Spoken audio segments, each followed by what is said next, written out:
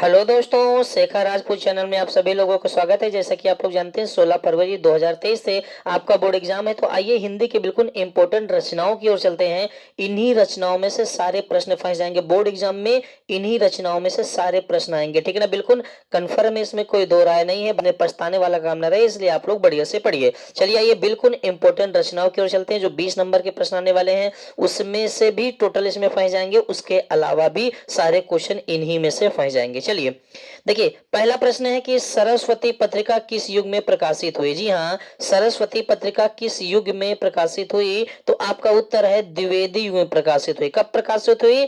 द्विवेदी युग में प्रकाशित हुई, सन 1900 से 1920 तक। सन 1900 से 1920 तक। सन 1900 से 1920 तक, ठीक है ना। अगला प्रश्न है, शुक्ल युग के दो प्रमुख लेखक अथवा निबंधकार का नाम बताइए। चाहे आप उसे लेखक कहिए, लेखक ही तो निबंधकार होते हैं ना, और दूसरे थोड़ी होते हैं। देखिए, शुक्ल युग के दो लेखक या निबंधकार कौन है? रामचंद्र शुक्ल, ये लेखक भी है निबंधकार भी हैं। और बाबू गुलाब राय, ये भी कौन है? लेखक भी है निबंधकार है। तो बताइए शुक्ल युग के दो लेखक या निबंधकार कौन है? रामचंद्र शुक्ल, बाबू गुलाब राय। शुक्ल युग के दो निबंधकार कौन है? रामचंद्र शुक्ल, बाबू गुलाब राय। चलिए अगले प्रश्न की ओर चलते हैं। शुक्लोत्तर युग के प्रमुख गद्य लेखक। गद्य लेखक या साहित्यकार का नाम लिखिए। तो अगर गद्य लेखक पूछता है तब भी यही लिखेंगे, और साहित्यकार पूछता है तब भी यही लिखेंगे, ठीक है ना। तो आप देखिए इसे, शुक्लोत्तर युग के प्रमुख गद्य लेखक या साहित्यकार का नाम लिखिए। तो देखिए, डॉक्टर नगेंद्र, ये आपके गद्य के लेखक है या साहित्यकार हैं। दूसरे कौन है? आचार्य हजारी प्रसाद द्विवेदी, ठीक है ना। डॉक्टर नगेंद्र और आचार्य हजारी प्रसाद द्विवेदी, ये कौन है आपके? ये हैं शुक्लोत्तर युग के लेखक या तो गद्यकार। कौन है? डॉक्टर नगेंद्र हैं और आचार्य हजारी प्रसाद द्विवेदी। अब देखिए, डॉक्टर नगेंद्र की रचना भी यहाँ दे दी गई है, विचार और अनुभूति और आस्था के चरण। विचार और अनुभूति और आस्था के चरण। और आचार्य हजारी प्रसाद द्विवेदी की रचना क्या है? अशोक के फूल, कुटज, विचार प्रवाह। अशोक के फूल, कुटज, विचार प्रवाह। अशोक के फूल, कुटज, विचार प्रवाह। बातें समझ में आ रही है? चलिए अगले क्वेश्चन की ओर चलते हैं। चौथा क्वेश्चन भी बहुत ही सुंदर है, बहुत ही प्यारा है। अगला क्वेश्चन कह रहा है कि शुक्लोत्तर युग के प्रमुख आलोचक के नाम लिखिए। जी हाँ, शुक्लोत्तर युग के प्रमुख आलोचक के नाम लिखिए। डॉक्टर नंद दुलारे वाजपेयी। जी हाँ, डॉक्टर नंद दुलारे वाजपेयी, ये कौन है? ये शुक्लोत्तर युग के आलोचक है। कौन? डॉक्टर नंद दुलारे वाजपेयी। अगला क्वेश्चन है, नामवर सिंह किस विधा के प्रमुख लेखक है? तो नामवर सिंह आलोचक विधा के प्रमुख लेखक है। कौन विधा के? आलोचक। नामवर सिंह किस विधा के प्रमुख लेखक है? आलोचक विधा के।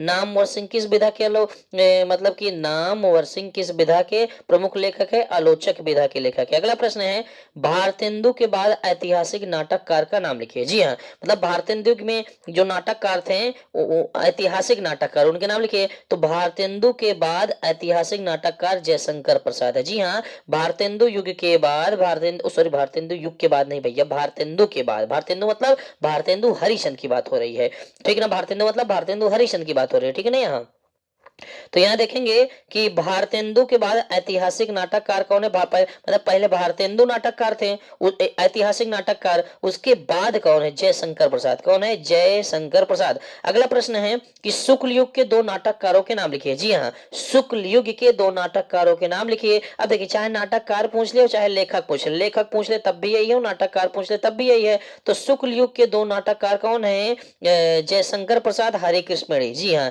जय हरि क्या है? शुक्ल जय हरि, शुक्ल नाटक जय हरि। देखिए, शुक्ल युग के नाटककार, तो शुक्ल नाटक देखेंगे, शुक्ल युग के नाटककार पूछ रहा है तो शुक्ल नाटक जय हरि, शुक्ल नाटक जय हरि। यानी शुक्लोत्तर युग के जो नाटककार है जयशंकर प्रसाद और हरे कृष्ण प्रेमी है। हरे कृष्ण प्रेमी जयशंकर प्रसाद, हरे कृष्ण प्रेमी, ठीक है ना। अगले क्वेश्चन की ओर हम लोग चलते हैं। बहुत ही सुंदर सा प्रश्न है। अगला प्रश्न है कि शुक्लोत्तर युग के नाटककार बताइए। अभी शुक्ल युग के नाटककार पूछे थे तो जयशंकर प्रसाद और हरि कृष्ण प्रेमी थे, लेकिन अब शुक्लोत्तर युग के नाटककार पूछ रहे हैं। तो शुक्लोत्तर युग के नाटककार विष्णु प्रभाकर मोहन राकेश। जी हाँ, विष्णु प्रभाकर मोहन राकेश, विष्णु प्रभाकर मोहन राकेश, विष्णु प्रभाकर मोहन राकेश। तो बताइए शुक्लोत्तर युग के नाटककार कौन है? विष्णु प्रभाकर मोहन राकेश, विष्णु प्रभाकर मोहन राकेश।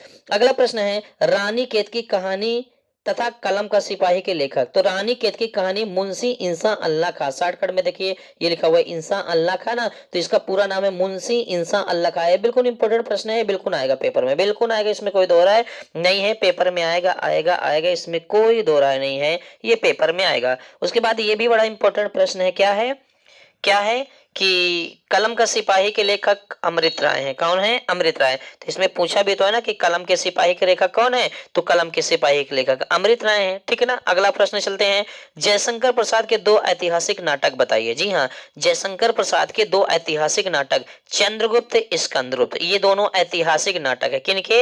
जयशंकर प्रसाद के दो ऐतिहासिक नाटक कौन है? चंद्रगुप्त और स्कंदगुप्त है। ठीक है ना। अगले प्रश्न की ओर चलते हैं। अगला प्रश्न बहुत ही सुंदर प्रश्न है कि हिंदी के दो बड़े कहानीकारों के नाम बताइए तथा उनकी कहानी के नाम बताइए। मतलब हिंदी में सबसे बड़े दो कहानीकार कौन है और इनकी कहानी, सबसे बड़ी बड़ी कहानी क्या है। देखिए, प्रेमचंद्र सबसे बड़ी कहानीकार है, जयशंकर प्रसाद सबसे बड़ी कहानीकार है। प्रेमचंद की सबसे बड़ी कहानी पंच परमेश्वर है और जयशंकर प्रसाद की सबसे बड़ी कहानी ममता है। कुछ समझ में आया? तो हिंदी के दो बड़े कहानीकार कौन है? प्रेमचंद्र और जयशंकर प्रसाद। तो इनकी कहानी प्रेमचंद की है पंच परमेश्वर और जयशंकर प्रसाद की है ममता। मुझे लग रहा है आप लोगों को समझ में आ रहा है। अगर आप लोग समझ में आ रहा है तो आइए फिर उसके बाद इस आगे एक प्रश्न चलता है। अगला प्रश्न की ओर चलते हैं। यार रात में पढ़ा रहे हैं, जुबान अटक रही है, पानी प्यास लगी है, मुंह सूख रहा है। चलिए देखते हैं, शुक्ल युग के दो कहानी लेखकों के नाम बताइए। जी हाँ, ये तो कहानी लेखक मतलब कहानीकारों के नाम बताइए या लेखकों के नाम बताइए पूछ सकता है। शुक्ल युग के दो कहानीकारों के नाम बताइए, कहानी लेखकों के नाम बताइए, शुक्ल युग के दो लेखकों के नाम बताइए। तो देखिए, शुक्ल युग के दो लेखक कौन है? भगवती चरण वर्मा, आचार्य चतुरसेन शास्त्री। जी हाँ, भगवती चरण वर्मा, आचार्य चतुरसेन शास्त्री, ये शुक्ल युग के कहानी लेखक है। इन्होंने मतलब लेखक तो है लेकिन कहानी इन्होंने लिखी है। ये अगला प्रश्न है कि द्विवेदी युग के तीन उपन्यासकारों के नाम बताइए। जी हाँ, द्विवेदी युग के तीन उपन्यासकारों के नाम बताइए। द्विवेदी युग के तीन उपन्यासकार हैं प्रेमचंद्र, किशोरीलाल गोस्वामी, वृंदावन लाल वर्मा। जी हाँ, प्रेमचंद्र, किशोरीलाल गोस्वामी, वृंदावन लाल वर्मा। मुझे लगता है समझ में आ रहा है, समझ में आ रहा है। तो आइए हम लोग अगले क्वेश्चन की ओर चलते हैं, बिल्कुल महत्वपूर्ण क्वेश्चन की ओर चलते हैं, बिल्कुल महत्वपूर्ण क्वेश्चन की ओर चलते हैं। अगला प्रश्न है कि हिंदी के प्रथम मौलिक उपन्यास और उनके लेखक का नाम बताइए। हिंदी के प्रथम मौलिक उपन्यास और उनके लेखक का नाम बताइए। देखिए, प्रथम उपन्यास परीक्षा गुरु है। जी हाँ, प्रथम उपन्यास परीक्षा गुरु है। इनके लेखक लाला श्रीनिवास दास जी हैं। जी हाँ, लाला श्रीनिवास दास जी है। अगला प्रश्न है, हिंदी के दो आत्मकथा लेखकों के नाम बताइए। बिल्कुल इंपॉर्टेंट प्रश्न है जो कि पेपर में आया हुआ है। आत्मकथा लेखकों के नाम बताना है। तो देखिए, श्याम सुंदर दास हैं, डॉक्टर राजेंद्र प्रसाद हैं, बाबू गुलाब राय हैं, हरिवंश राय बच्चन है। ये आत्मकथा लेखक है। हिंदी के आत्मकथा लेखक कौन है? श्याम सुंदर दास, डॉक्टर राजेंद्र प्रसाद, बाबू गुलाब राय, हरिवंश राय बच्चन। ठीक है ना। अगला प्रश्न है, हिंदी के प्रमुख संस्मरण लेखक का नाम बताइए। तो देखिए, संस्मरण लेखक ये भी पेपर में आया हुआ है, कन्हैयालाल मिश्र तथा बनारसी दास चतुर्वेदी। दी हाँ, कन्हैयालाल मिश्र तथा बनारसी दास चतुर्वेदी। ठीक है ना। अगले प्रश्न की ओर हम लोग चलते हैं और अगला प्रश्न भी बहुत ही सुंदर सा है, रेखा चित्र के लेखक का नाम बताइए। ये प्रश्न भी आपके पेपर में आया है। जी हाँ, ये प्रश्न भी आपके पेपर में आया है। ठीक है ना। तो इनके लेखक कौन हो गए? कन्हैयालाल मिश्र, ठीक है ना, और राम वृक्ष बेनीपुरी। किनके लेखक है? रेखा चित्र के दो लेखक का नाम बताइए। तो कन्हैयालाल मिश्र हो गए और राम वृक्ष बेनीपुरी हो गए। ठीक है ना। अगला प्रश्न है, किसी एक संस्मरण लेखिका का नाम बताइए। ये भी आपका पेपर में आया हुआ है। ठीक है ना। तो संस्मरण लेखिका है महादेवी वर्मा। जी हाँ, संस्मरण लेखिका कौन है? महादेवी वर्मा, महादेवी वर्मा, महादेवी वर्मा। चलिए आइए अगले प्रश्न की ओर चलते हैं। अगला प्रश्न है, किसी एक एकांकीकार का नाम बताइए। बिल्कुल इंपॉर्टेंट प्रश्न है, राम कुमार वर्मा। एकांकीकार कौन है? राम कुमार वर्मा, राम कुमार वर्मा, राम कुमार वर्मा। अगला प्रश्न है, भारतेंदु हरिश्चंद्र द्वारा प्रकाशित पत्रिकाओं के नाम लिखिए। तो भारतेंदु हरिश्चंद्र ने कौन कौन सी पत्रिकाएं प्रकाशित की? हरिश्चंद्र मैगनीज, कवि वचन सुधा और हिंदी ब्राह्मण आनंद कादम्बनी। हालांकि इसमें नहीं लिखा हुआ है हरिश्चंद्र मैगनीज, कवि वचन सुधा, हिंदी ब्राह्मण आनंद कादम्बनी, ये भारतेंदु हरिश्चंद्र की प्रकाशित पत्रिकाएं हैं। ठीक है ना। अगला प्रश्न है, धर्मयुग के संपादक कौन है? धर्मवीर भारती हैं। जी हाँ, धर्मयुग के संपादक कौन है? धर्मवीर भारती। अगला है आवारा मसीहा किस विधा पर आधारित है? तो मैंने कहा आवारा की तरह मत घूम भैया, अपना जीवन बना लो। आवारा की तरह मत घूमो, अपना जीवन बना लो। तो आवारा मसीहा जीवनी विधा पर आधारित है। जी हाँ, जीवनी विधा पर आधारित है। टोटल कुल मिलाकर 15 विधाएं होती है, जैसे नाटक, उपन्यास, कहानी, डायरी, रिपोर्टाज, रेखा चित्र, ऐसे करके, ठीक है ना। हाँ, ऐसे करके आत्मकथा, ऐसे करके 15 विधाएं होती है टोटल, ठीक है ना। तो अगला प्रश्न है कि धर्मयुग के संपादक कौन है? धर्मवीर भारती हैं। आवारा मसीहा किस विधा पर आधारित है? जीवनी विधा पर आधारित है, ठीक है ना। अगला प्रश्न की ओर हम लोग चलते हैं, अगले प्रश्न की ओर चलते हैं। बहुत ही तगड़ा प्रश्न है कि किन्नर देश में रचना किस विधा पर आधारित है? यात्रा वृत्त। जी, किन्नर देश, जब देश मतलब ट्रिक है कि अब देश, देश का नाम आ गया तो देश की अगर आप सफर करेंगे तो यात्रा करेंगे ना, अब देश किन्नर देश, अगर अलग अलग देशों की यात्रा करेंगे तो किन्नर मतलब किन किन देशों की, ट्रिक है मतलब दिमाग में, तो यात्रा वृत्त है, ठीक है ना। तो आपका कह रहा है किन्नर देश में जो रचना है किस विधा पर आधारित है? यात्रा वृत्त पर आधारित है। फिर अगला है किन्नर देश कृति के लेखक का नाम बताइए। राहुल सांस्कृत्यायन। जी हाँ, राहुल सांस्कृत्यायन ये किन्नर देश में कृति विधा के लेखक है। अगला है लद्दाख की यात्रा किस विधा पर आधारित है? यात्रा मतलब यात्रा वृत्त पर, तो लद्दाख की यात्रा यात्रा वृत्त पर आधारित है। जी हाँ। अगला प्रश्न है कि क्या भूलू क्या याद करूं किस विधा पर आधारित है? आत्मकथा। मतलब कि यार मैं आत्मा से कोई चीज भूल नहीं पाता, क्या भूलू आत्मा से क्या याद करूं, मेरे समझ में नहीं आ रहा है, मेरे समझ में नहीं आ रहा है, मेरे समझ में नहीं आ रहा है। तो क्या भूलू क्या याद करूं किस विधा पर आधारित है? आत्मकथा विधा पर आधारित है। जी हाँ। अगला प्रश्न ने कहा है प्रायश्चित के लेखक कौन है? भगवती चरण वर्मा। ये बहुत ही इंपॉर्टेंट क्वेश्चन है। प्रायश्चित के लेखक कौन है? भगवती चरण वर्मा, भगवती चरण वर्मा। चलिए आइए हम लोग अगले प्रश्न की ओर चलते हैं, बिल्कुल इंपॉर्टेंट प्रश्न की ओर चलते हैं, बिल्कुल इंपॉर्टेंट प्रश्न की ओर चलते हैं। अगला है 28 नंबर है, किसी एक निबंधकार का नाम बताइए। आचार्य रामचंद्र शुक्ल, ठीक है ना। किसी एक निबंधकार का नाम कौन है? आचार्य रामचंद्र शुक्ल। ये कौन है निबंधकार? चतुर चंचला कृति के लेखक कौन है? बाबू गोपाल राम गहमरी। जी हाँ, बाबू गोपाल राम गहमरी। चतुर चंचला कृति के लेखक कौन है? बाबू गोपाल राम गहमरी। जी हाँ। अगला प्रश्न बहुत ही सुंदर है, राज्य स्तरीय कृति के लेखक कौन है? जयशंकर प्रसाद। राज्य स्तरीय कृति के लेखक कौन है? जयशंकर प्रसाद। अगला प्रश्न है तुम चंदन हम पानी कृति के लेखक कौन है? संत रैदास। जी हाँ, तुम चंदन हम पानी कृति के लेखक कौन है? संत रैदास, संत रैदास, संत रैदास। अगला प्रश्न है प्रतिध्वनि कृति के लेखक कौन है? जी हाँ, जयशंकर प्रसाद। जब जयकारे लगाएंगे तो क्या निकलेगा? ध्वनि निकलेगा, तो प्रतिध्वनि के लेखक कौन है? जयशंकर प्रसाद है। कलम का सिपाही किस विधा पर आधारित है? उपन्यास, ठीक है ना। कलम उठाओ, देखो कलम का सिपाही तो कलम उठाओ उस उपन्यास विधा पर आधारित है। तो कलम का सिपाही किस विधा पर? कलम उठाओ, तो कलम का सिपाही, कलम का सिपाही, कलम का सिपाही, कलम कलम कलम सिपाही, कलम उठाओ, तो कलम का सिपाही उपन्यास विधा पर आधारित है। अगला प्रश्न है कि किसी एक गद्य गीत लेखक का नाम बताइए। बहुत ही तगड़ा प्रश्न है। गद्य गीत लेखक राय कृष्णदास है। कौन है? जी हाँ, गद्य गीत लेखक आपके राय कृष्णदास है। अगला है गिरती दीवारें किस विधा पर आधारित? हमने कहा दीवारों को उठा दो, तो उपन्यास विधा पर आधारित है। गिर रही है दीवारें तो दीवारों को क्या करो? उठाओ। भैया ट्रिक समझ रहे हैं कि गिरती दीवारें किस विधा पर आधारित है? उपन्यास विधा पर आधारित। अगर दीवारें गिरे तो उसे उठा दो। पथ के साथी किस विधा पर आधारित है? संस्मरण, ठीक है ना। पथ के साथी किस विधा पर आधारित है? संस्मरण विधा पर आधारित है। अजात शत्रु किस विधा पर आधारित है? नाटक। कह रहे शत्रु नाटक ना करो, अजात शत्रु नाटक ना करो ज्यादा दिमाग लगा के।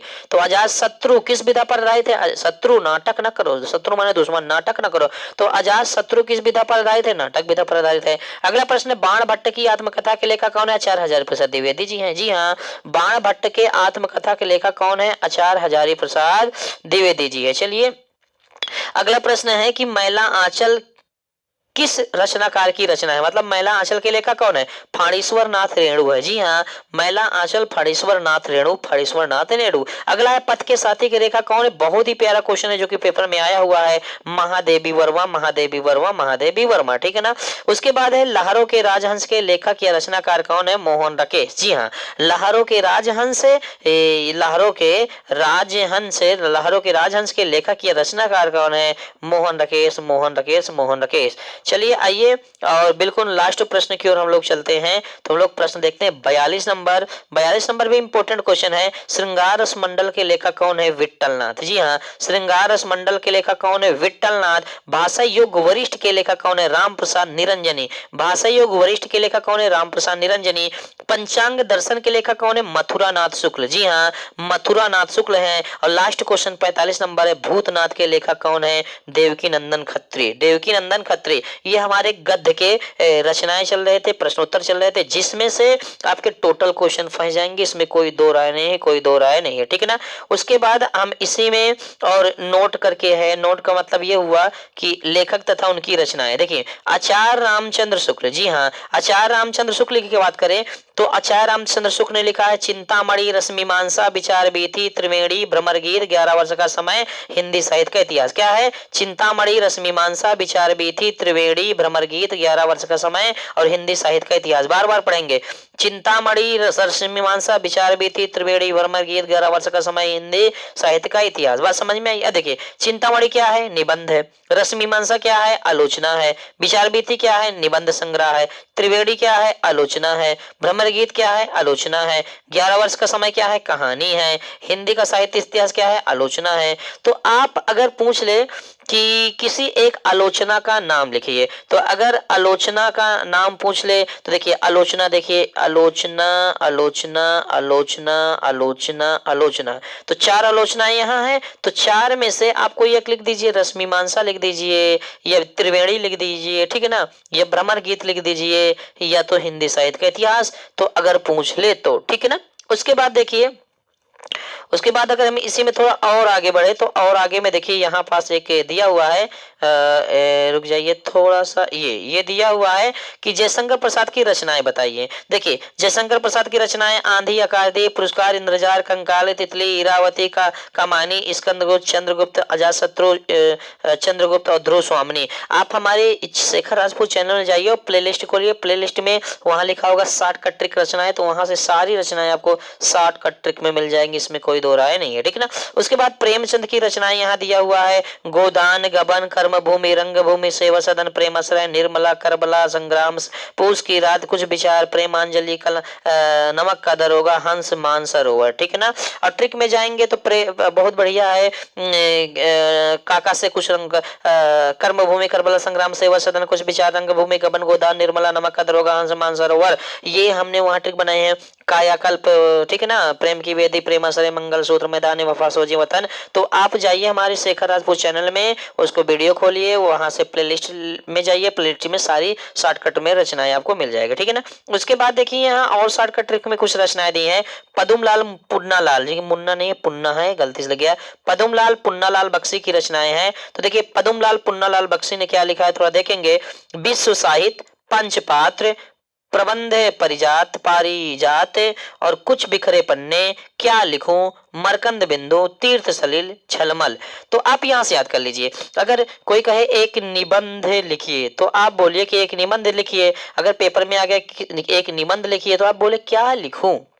अगर किसी ने कहा कि एक निबंध लिखिए, पेपर में आ गया, तो बोलो क्या लिखूं यार, कुछ बिखरे पन्ने हैं, क्या है।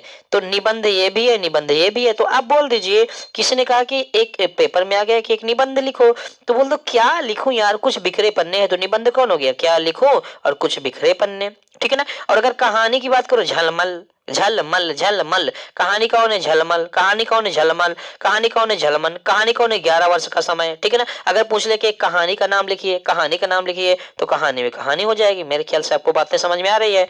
अगर आपको बातें समझ में आ रही है तो यहाँ कुछ रचनाएं और दी हुई है, इसको देख लेते हैं।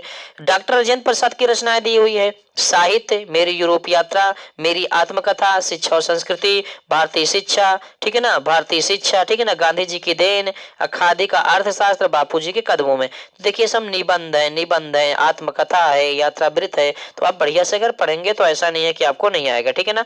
ये बिल्कुल लास्ट है, देखिए इसमें क्या दिया हुआ है, बिल्कुल लास्ट में बहुत कुछ दिया हुआ है।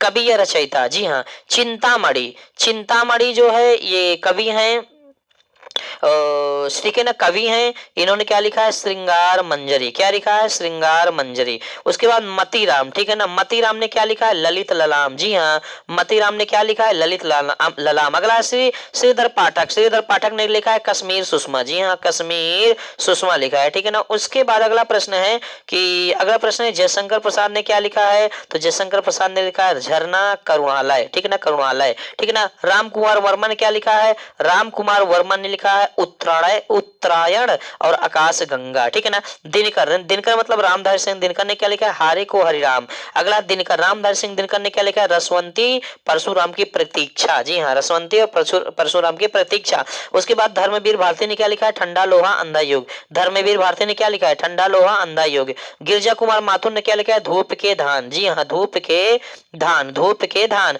गिरजा कुमार माथुर ने क्या लिखा है, गीत फरोश और मंजीर, और गिरजा कुमार माथुर ने धूप के धान, ठीक है ना। नरेंद्र शर्मा ने क्या लिखा है, कर्णफूल तथा पलासवन, जी हाँ, कर्णफूल तथा पलासवन। और देखिए यहाँ कुछ रचना है, सुभद्रा कुमारी चौहान की रचना है क्या, मुकुल त्रिधारा, जी हाँ, मुकुल त्रिधारा, मुकुल त्रिधारा। उसके बाद है मैथिली शरण गुप्त की रचना क्या है, पंचवटी, पंचवटी, पंचवटी। और केदारनाथ सिंह की रचना क्या है, जमीन पक रही है, जमीन। अब अगर कोई पूछे जमीन पक रही है किसकी रचना है, तो बोल दो जमीन किधर पक रही है, किधर, किधर मतलब के, किधर मतलब के, केदारनाथ सिंह, ठीक है ना। तो ये गद्य की रचनाएं थी दोस्तों, ये आपकी रचनाएं कंप्लीट हो गई। मैं चंद्रशेखर सर, आप चैनल को बेशक सब्सक्राइब शेयर लाइक कमेंट करना शुरू कर दीजिए, अधिक से अधिक शेयर करना शुरू कर दीजिए, और एक दो बार इसे देख लीजिए, इनमें से रचनाएं टोटल आपकी फर्स्ट जाएगी, ठीक है ना। ओके दोस्तों, जय हिंद, जय हिंद, जय